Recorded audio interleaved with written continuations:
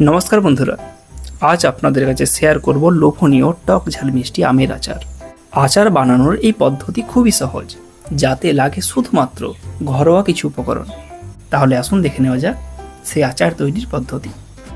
এখানে 3 কেজির মতো আম আছে। হ্যাঁ, আমের পরিমাণটা মনে হয় একটু বেশি, কিন্তু এই আচার একবার বানালে অনেক দিন রেখে দেওয়া যায়। আমগুলিকে কেটে নুন হলুদ মাখিয়ে 3 থেকে 4 ঘন্টা রোদ্দুরে রাখতে হবে।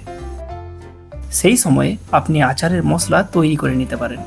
1 চামচ জিরা, ধনে, মৌরি, মেথি, 2 চামচ কালো সরষে, 7 থেকে 8টি শুকনো লঙ্কা। এবার শুকনো কড়াইয়ে সমস্ত মশলা ভেজে নিতে হবে। ভেজে নেওয়ার পর মশলাগুলোকে হালকা গুঁড়িয়ে নিতে হবে।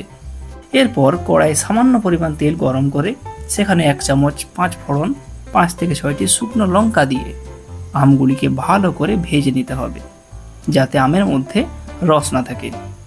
আপনাদের জন্য ছোট্ট একটি টিপ: আমগুলো ভাজার সময় কোনোভাবেই নুন দেবেন না, তাহলে আমগুলি ভেঙে যাবে।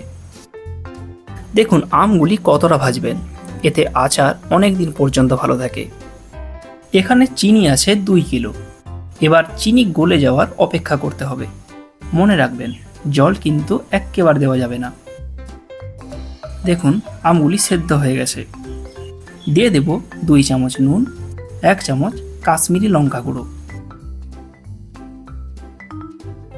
এরপর 4 চামচ ভিনিগার আর তৈরি করা মশলা দিয়ে নেড়ে চেড়ে নামিয়ে নেব।